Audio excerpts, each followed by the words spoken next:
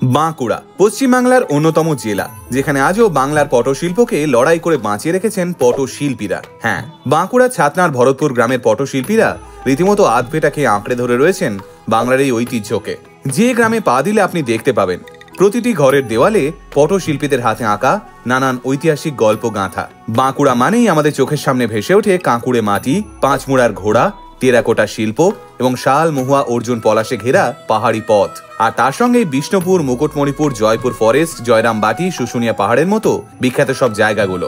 এই শুশুনিয়া পাহাড়ের কোলেই পড়বে ছাতনা, আর ছাতনা থেকে এগোলে এই রাস্তার উপর নীল সাইনবোর্ডে বড় বড় হরফে লেখা রয়েছে চিত্রকর পটশিল্প ভরতপুর। আর তারপর 4 কিলোমিটার এগোলেই পড়বে এই পটুয়া গ্রাম। একটা সময় এই বাঁকুড়াই ছিল ঘন জঙ্গলে ঢাকা। ব্রিটিশ আমলের আগে এই বাঁকুড়া ছিল মল্ল রাজাদের অধীনে। সেই সময় এই গোটা এলাকার নাম ছিল মল্লভূম। দেশবন্ধু চিত্তরঞ্জন দাস থেকে শুরু করে নেতাজি সুভাষচন্দ্র বসু, আবার অন্যদিকে জাতির জনক মহাত্মা গান্ধীর মতো বিখ্যাত মানুষদের পায়ের ধুলো পড়েছে এই বাঁকুড়াতে। সেই বাঁকুড়ার ঐতিহ্যবাহী আদিবাসী অধ্যুষিত গ্রাম আজও বাংলার প্রাচীন পটশিল্পকে মাতৃস্নেহে বুকে করে আগলে রেখেছে। আপনি যদি বাঁকুড়া বেড়াতে যান, তাহলে বাঁকুড়ার অন্যান্য পর্যটন স্থানের সঙ্গে এই ভরতপুর গ্রামে বেরিয়ে আসবেন। যে গ্রামের পটশিল্পে আপনি দেখতে পাবেন বাংলার আদিবাসী সংস্কৃতির নানান মুহূর্ত, আদিবাসী মানুষদের বিভিন্ন পরব, জীবনযাত্রা, সবটাই রং তুলির টানে কাপড়ে এবং কাগজের গায়ে ফুটিয়ে তুলছেন এই গ্রামের মানুষেরা। যে কাজের স্বীকৃতি স্বরূপ এই শিল্পীদের জন্য তৈরি করে দেওয়া হয়েছে 15টি মডেল হাউস।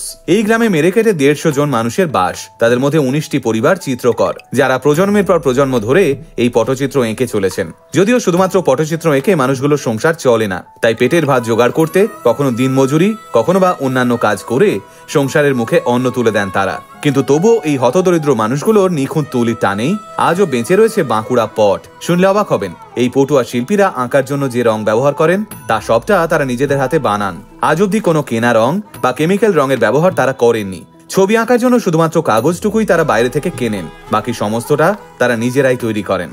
প্রকৃতি থেকেই জোগাড় করে নেন নিজেদের রং, তুলি, আঠা সবটা। শুশুনিয়া পাহাড়ের অলিতে গলিতে ঘুরে পাহাড়ের কোল থেকেই তারা বিভিন্ন রঙের পাথর এবং পাতা সংগ্রহ করে আনেন। এরপর সেই রঙিন পাথরগুলো গুঁড়ো করে এবং পাতাগুলো বেটে বিভিন্ন ধরনের রং তৈরি করেন।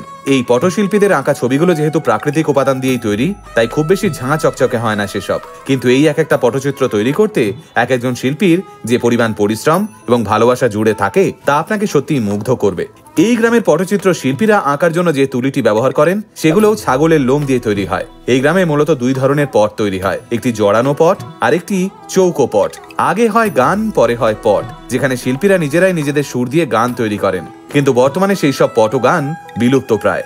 আজকাল খুব কম মানুষই এই পট গান শুনতে ভিড় করেন। বলাই বাহুল্য, পট গানের মর্ম বোঝেন, কিন্তু তবুও বাংলার এই ঐতিহ্যকে বাঁচিয়ে রাখতে পটগান গাওয়া থামাতে পারেননি এই দিন দরিদ্র মানুষগুলো। তাই কখনো বাঁকুড়া গেলে ভরতপুর গ্রাম ঘুরে দেখে আসবেন।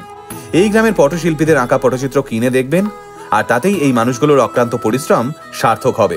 তাই বাঁকুড়া গেলে শুশুনিয়া পাহাড় যেমন দেখবেন, বিষ্ণুপুর যেমন দেখবেন, এশিয়ার 2য় বৃহত্তম আর্থ ড্যাম মুকুটমণিপুরের বাঁধ যেমন দেখবেন, ঠিক তেমনি এইবার লিস্টে রাখবেন এই পটচিত্র শিল্পীদের গ্রাম ভরতপুর। মনে রাখবেন, আমাদের সকলের দায়িত্ব বাংলার এই প্রাচীন শিল্পকে বাঁচিয়ে রাখার। আপনারা যারা ভরতপুরে গেছেন, আমাদের কমেন্ট করে জানাতে ভুলবেন না কিন্তু।